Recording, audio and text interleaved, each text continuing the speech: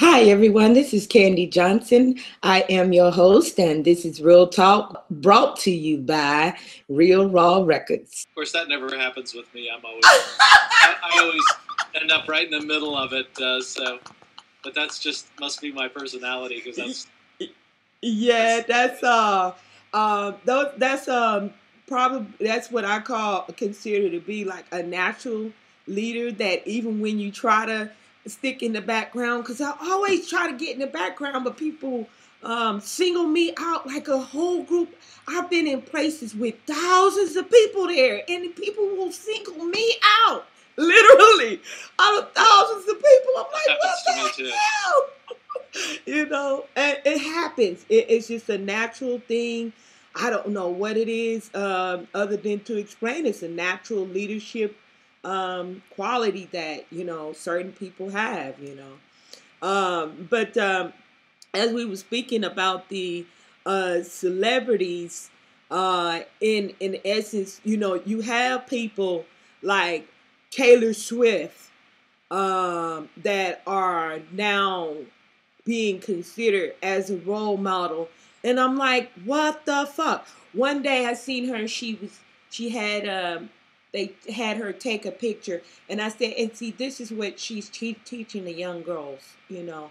Um she had a short skirt on, all right, and then but she was sitting in a chair, but she had her legs open, but she not locked her knees together as if to say, "Oh, I'm gonna like tease you with just the thought of what if I just barely open my legs, what you'll see." Type of you know what I mean? Like, why in the hell?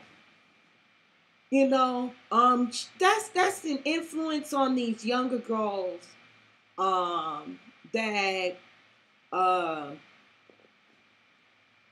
pedophiles are attracted to say the least. You understand what I'm saying? Um, the thought, Yeah, sure. the thought of the young girls learning this type of behavior, it frustrates and annoys the hell out of me. And and this is why I said, I had to speak up. There's no sense in me being pissed off about it, and people follow me and people respect me, and I don't take advantage of that and step to the plate and say, okay, I'll be the example, and I'll live my life accordingly, so that um, you can't just tell a person don't do this. You gotta give them what do you call that, an alternative to what is bad, and say, okay, here's the good, a better or a good alternative. You know what I mean? I do. I hate for people to say don't do this or don't do that, and then don't give people another option. A lot of times people do things because they don't have any other options, or they are not aware of any other options. You know what I mean? Yeah, I have a friend who just started saying instead of saying "don't do this," he says you could do that. You could you could stop doing this, or you could do this, or you could do that. Um, without it sounding so harsh. And so I'm not sure I would sign on to that entirely or in every circumstance, but it's kind of an interesting thing. You could be a little more forthcoming with your explanations, or you could be doing this. It just has a nicer ring to it, and it doesn't sound as controlling or judgy as some of the alternatives. Hmm. So I'll keep that in mind. yeah, you could keep that in mind. I could. That's right. I don't know if I don't know if I have ascribed to saying don't do this or don't do that. Anyways, Yeah. I don't know what alternative You that. could be a little more understanding. You could be a little more polite in that situation. I don't know. I don't know. It seems a little bit. Of course, sometimes it's the danger you run into when you start really speaking a different way. All of a sudden, is it doesn't sound very authentic. So you have to walk that fine line too. Right. Well, anything you do, um, that's what where the word incorporate into it means.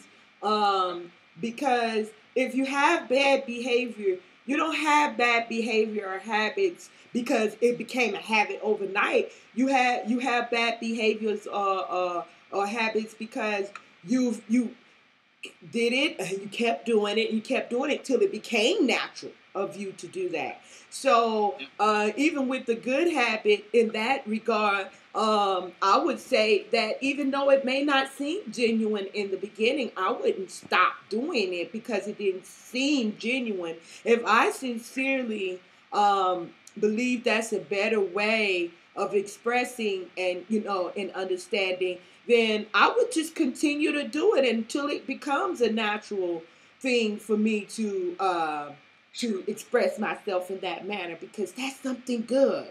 I've noticed even when I used to sell drugs, I noticed that people will put every effort into doing something bad. When it came down to getting that hit, they would do anything, and nothing could stop them, nothing could discourage them. You know what I mean? But soon as it come to them staying sober, any little thing, oh, my family keep getting on my case, and they are the reason that I couldn't continue. No, I'm not trying to hear that shit because when it came down to getting a hit, you didn't let nothing stop you. You didn't let nothing hinder you, nothing discourage you. People called you crackheads and this and that didn't bother you not one bit. you know.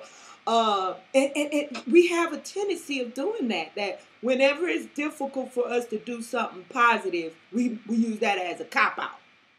Sure. You know it, and it's not. It really isn't. It's not a cop-out. I mean, I don't take no excuses. I met this lady one time that was in a wheelchair, paraplegic. Plus, she had very little function of her upper body, and she started a business in that predicament. So I was like, I told her, I said, never in my life again will I ever use any excuse. So it's a wake-up call.